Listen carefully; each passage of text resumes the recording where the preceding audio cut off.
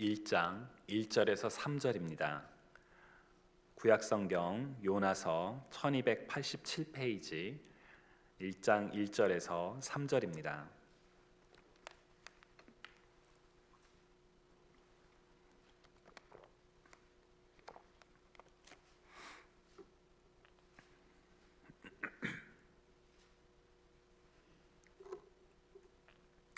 여호와의 말씀이 아미떼의 아들 요나에게 임하니라. 이르시되 너는 일어나 저 큰 성읍 니느웨로 가서 그것을 향하여 외치라.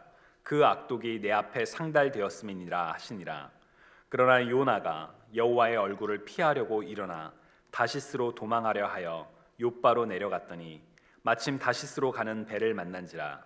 여호와의 얼굴을 피하여 그들과 함께 다시스로 가려고 배삭을 주고 배에 올랐더라. 아멘.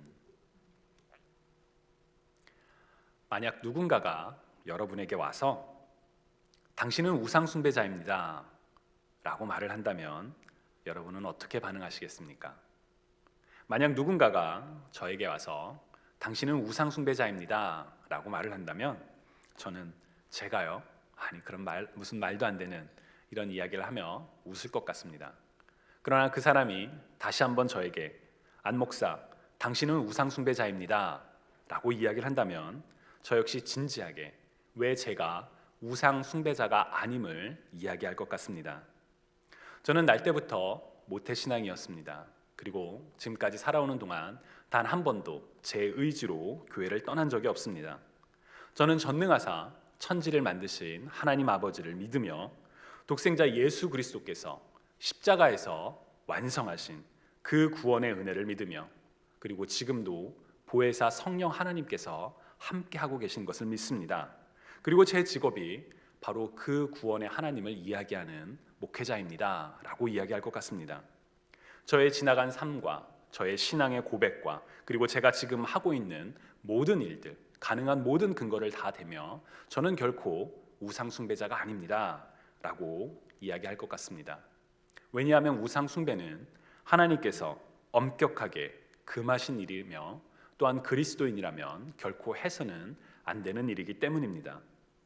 출애굽기 20장 2절에서 3절을 보면 하나님께서는 시내 산에서 이스라엘과 언약을 맺으시고 그들에게 지켜야 할 계명과 율법을 주시며 그 첫 번째로 나는 너를 애굽 땅 종되었던 집에서 인도하여 낸 내 하나님 여호와니라.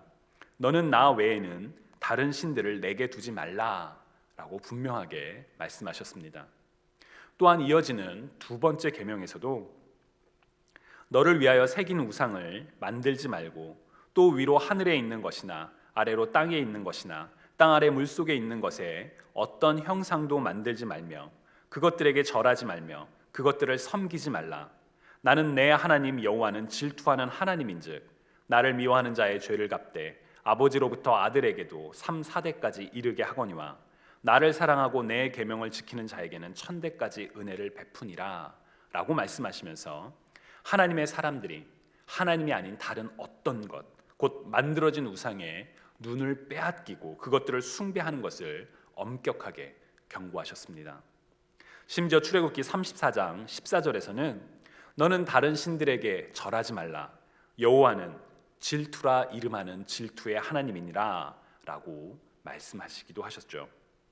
따라서 우상 숭배는 하나님의 사람들이 경계해야 하는, 아니 반드시 피해야만 하는 행동이며 우리 그리스도인들이 우상 숭배자라고 불린다면 그것보다 모욕적인 표현은 없다라고 생각합니다. 그런데 저희 교육부에서 사용하고 있는 가스펠 프로젝트에서 요나는 우상 숭배자였다라고 설명을 합니다. 처음에는 제 눈을 의심했습니다. 오해의 소지가 있을 수도 있으니 직접 원문을 말씀드리면 Jonah, like every Ninevite, was an idolater. 요나는 모든 니느웨 사람처럼 우상 숭배자였다라고 이야기를 합니다. 말이 안 된다라고 생각을 했습니다. 아니 어떻게 요나를, 선지자 요나를 우상 숭배자라고 말할 수 있지? 구약의 선지자를 뜻하는 많은 히브리어 단어 중에 하나가 나비라는 단어가 있습니다. 이 단어는 대신하여 말하다, 대신 전하다 그런 의미가 있는 단어죠. 하나님의 말씀을 듣고 그것을 그대로 전하는 사람을 바로 선지자라고 이야기를 합니다. 그 선지자인 요나를 어떻게 우상숭배자라고 할 수 있을까? 단순한 의문이 아니라 이거 잘못된 거 아니야? 그런 의심의 눈초리로 책을 더 읽어나가기 시작했습니다. 그러나 교재의 설명을 읽어나가면서 왜 요나가 우상숭배자였다라고 불렸는지 수긍이 가기 시작했습니다. 오늘 본문 1절을 보시면 여호와의 말씀이 아미떼의 아들 요나에게 임하니라 라고 기록되어 있습니다. 하나님께서 요나에게 말씀하셨죠. 하나님의 말씀이 선포된 것입니다. 그 내용은 2절에 기록되어 있습니다. 너는 일어나 저 큰 성읍 니느웨로 가서 그것을 향하여 외치라. 그 악독이 내 앞에 상달되었음이니라. 하나님께서 요나에게 주신 메시지는 심판의 메시지였습니다. 니느웨라는 저 큰 성읍에 너무나도 악이 커서 이제 하나님께서 니느웨를 심판하시겠다라고 하신 것이지요. 왜 하나님께서는 죄를 많이 지은 니느웨를 바로 심판하지 아니하시고 이스라엘 사람인 요나를 통해 심판의 메시지를 전하게 하셨을까요? 당시 니느웨는 강대국 아수르 혹은 아시리아라는 나라의 수도였습니다. 아수르는 이스라엘이 분열 왕국 시기에 이스라엘을 끊임없이 침입했던 많은 나라 중에 하나였고, 심지어 나중에는 북이스라엘이 이 아수르의 공격에 의해 나라가 무너지고 많은 사람들이 포로로 아수르에 끌려가기까지 했던 그런 나라입니다. 이스라엘의 입장에서는 아주 철천지 원수라고 할 정도인 나라가 바로 아수르였는데, 하나님께서는 그 아수르에 이스라엘 사람 요나를 보내사 심판을 선포하라고 하신 것이지요. 요나서 4장을 보면 요나는 하나님의 계획을, 하나님께서 자신을 보내시는 이유를 짐작했었던 것 같습니다. 요나서 4장 1절에서 2절을 보면 요나가 매우 싫어하고 성내며 여호와께 기도하여 이르되 여호와여 내가 고국에 있을 때에 이러하겠다 말씀하시지 아니하였나이까? 그러므로 내가 빨리 다시스로 도망하였사오니 주께서는 은혜로우시며 자비로우시며 노하기를 더디하시며 이내가 크시사 뜻을 돌이켜 재앙을 내리지 아니하시는 하나님이신 줄을 내가 알았음이니이다 라고 요나가 하나님 앞에서 불평을 합니다. 불평의 원인은 심판받아야 할, 멸망되어야 할 그 니느웨가 멸망을 피하자, 심판을 피하자 요나 마음에 불만이 가득 찼던 것이죠. 요나는 하나님의 계획이 마음에 들지가 않았습니다. 악을 용서하시려고, 용서받을 가치가 없는 사람들에게 용서의 기회를 주시고자 자신을 니느웨에 보내고자 하시는 하나님의 계획이 마음에 들지가 않았습니다. 정의에 어긋나는 것이라고 생각했었을지도 모르겠습니다. 어쩌면 원수의 나라이기에, 나를 괴롭히는 나라이기에 더더욱 그렇게 생각했었을지도 모르겠습니다. 그래서 요나는 도망쳤지요. 오늘 본문 3절입니다. 그러나 요나가 여호와의 얼굴을 피하려고 일어나 다시스로 도망하려 하여 욥바로 내려갔더니 마침 다시스로 가는 배를 만난지라. 여호와의 얼굴을 피하여 그들과 함께 다시스로 가려고 뱃삭을 주고 배에 올랐더라 라고 기록되어 있습니다. 바로 그랬기 때문에 요나가 우상 숭배자라고 합니다. 여러분 공감이 가시나요? 전 처음에 왜요? 요나가 니느웨가 아닌 다시스로 간 것이 왜 우상 숭배로까지 불려야 하나 싶었습니다. 정말 당연한 것을 제가 놓치고 있었던 것이죠. 요나는 중요한 결정의 순간에 하나님의 말씀이 아니라 자신의 판단을 더 중요시하게 여겼습니다. 바로 자기 자신을 의지한 것이지요. 그래서 요나가 우상숭배자였다는 것입니다. 고개가 끄덕여졌습니다. 그렇지, 하나님께서는 너는 나 외에는 다른 신들을 내게 두지 말라라고 분명하게 말씀하셨는데, 요나는 하나님의 말씀보다, 하나님보다 자기 자신을 더 우선시했다라는 점에서 그가 그 순간만큼은 우상숭배를 했다고 말할 수 있기 때문입니다. 그렇게 생각을 하고 나자 제 마음이 무거워지기 시작했습니다. 나는 과연 우상숭배자가 아니라고 당당하게 말할 수가 있는가 하는 의문이 제 안에 따라왔기 때문입니다. 처음에 말씀드렸던 것처럼 제 삶의 과거, 오늘의 신앙의 고백 등 많은 부분에서 저는 틀림없는, 누가 봐도 의심하지 않는 그리스도인입니다. 그러나 그리스도를 닮고 따르기를 원하는 그리스도인이라는 그 외형 안에 나의 본질은, 내가 정말 하나님을 내 삶의 주인으로, 나의 생각과 바램보다 더 귀 기울이고 순종해야 하는 나의 구주로 인정하며 살아가고 있는가라는 생각이 들었습니다. 그래서 마음이 무거워졌습니다. 요나서 2장을 보면 요나가 물고기 뱃속에 갇혀 있을 때 3일 동안 하나님께 기도했던 내용의 일부가 적혀 있습니다. 그중 8절에서 9절을 보면 거짓되고 헛된 것을 숭상하는 모든 자는 자기에게 베푸신 은혜를 버렸사오나 나는 감사하는 목소리로 주께 제사를 드리며 나의 서원을 주께 갚겠나이다 라는 내용이 있습니다. 하나님의 뜻을 떠났던, 하나님보다 자신의 생각과 판단을 더 우선시했던 우상 숭배를 떠나서 이제 하나님께 돌아오며 하는 요나의 고백이죠. 그런데 8절에, 2장 8절에 거짓되고 헛된 것을 숭상하는 모든 자는 자기에게 베푸신 은혜를 버렸다라는 내용이 눈에 들어왔습니다. 여기서 거짓되고 헛된 것을 숭상하는 이라는 표현으로 번역된 원어는 메샤메림 하벨레이 슈아브라는 표현으로, 여기서 샤메림은 샤마라라는 동사, 무언가를 바라보다, 무언가에 눈이 꽂혀 있다라는 것을 뜻하는 동사입니다. 그리고 하벨레이에서는 헤벨, 곧 우리가 전도서에서 많이 이야기했던 바로 헛되고 헛되다 할 때 바로 그 헤벨, 연기와 같은 허상을 뜻하는 단어입니다. 그리고 슈아브라는 단어도 비어있는, 그래서 거짓된 이라는 의미가 있죠. 즉 8절의 의미는 비어있고 실체가 없는, 실체가 아닌 것을 주목하고 있는, 그래서 거기에 시선을 빼앗겨 있는 상태가 바로 거짓되고 헛된 것을 숭상하는 이라고 번역이 되어 있습니다.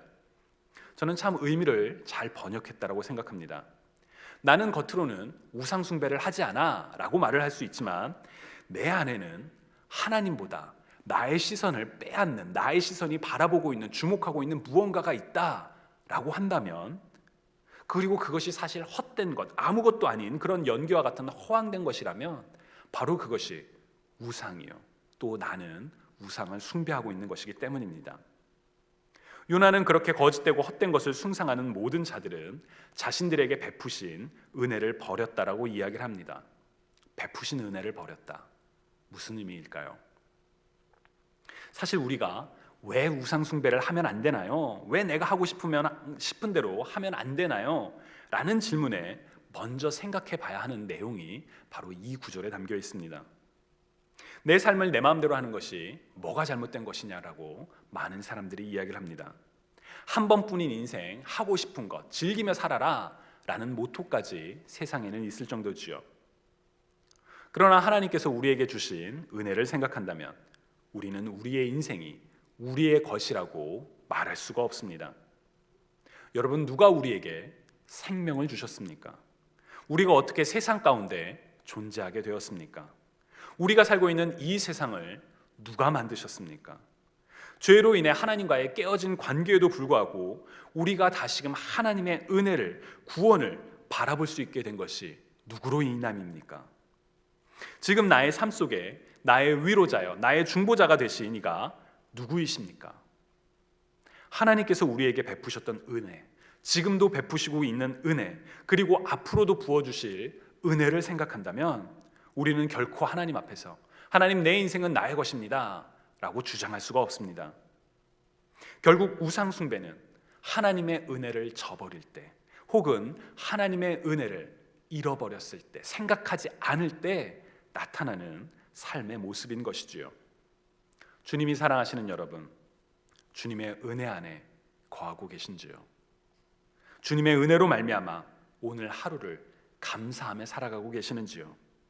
내가 먼저 하나님을 내 삶의 주인으로 정해야만 해, 난 그렇게 살아야만 해 라는 말을, 결심을 하기 전에 우리에게 베풀어 주신 하나님의 은혜를 우리가 먼저 바라볼 수만 있다면, 먼저 생각하기만 한다면, 그 놀랍고 풍성한 은혜를 우리가 바라보기만 한다면 우리는 억지로 아니라, 우리의 의지로 하는 것이 아니라 저절로 하나님께 감사와 찬양을 드릴 수밖에 없다라고 생각합니다.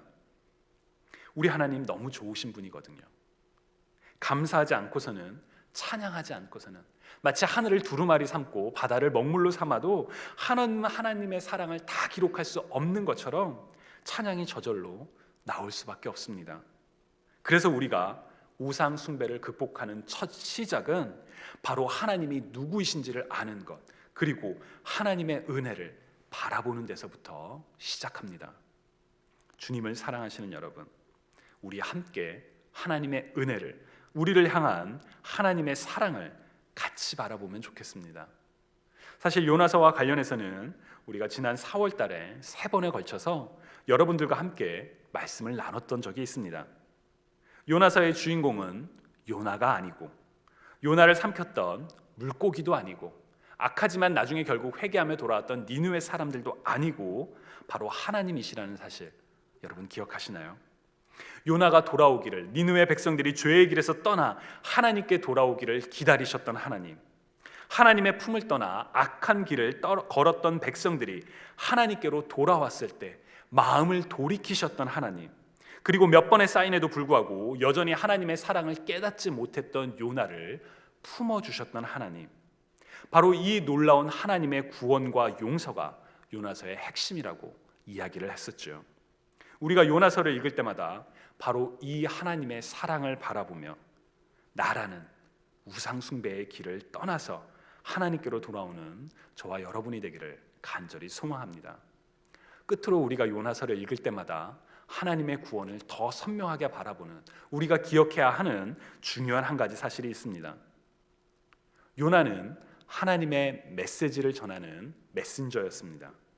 비록 그가 처음에는 메신저의 역할을 저버리고 도망가기는 했었지만, 자신의 뜻을 더 따르는 잘못을 범하기는 했었지만, 그는 하나님 앞에 범죄한 니느웨 사람들, 곧 하나님의 원수된 자들에게 하나님의 말씀을 전하는 메신저, 곧 선지자였습니다.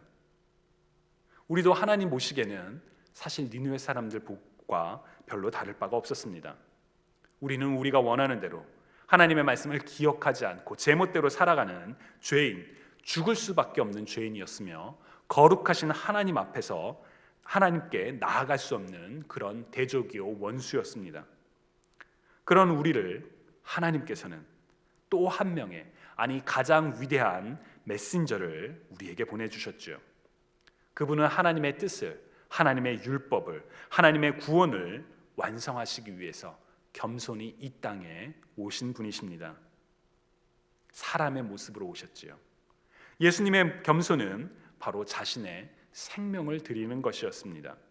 심지어 예수님을 조롱하고 십자가에 못 박은 원수들까지도 용서를 바라시며 자신의 생명을 십자가에서 내어드리셨지요.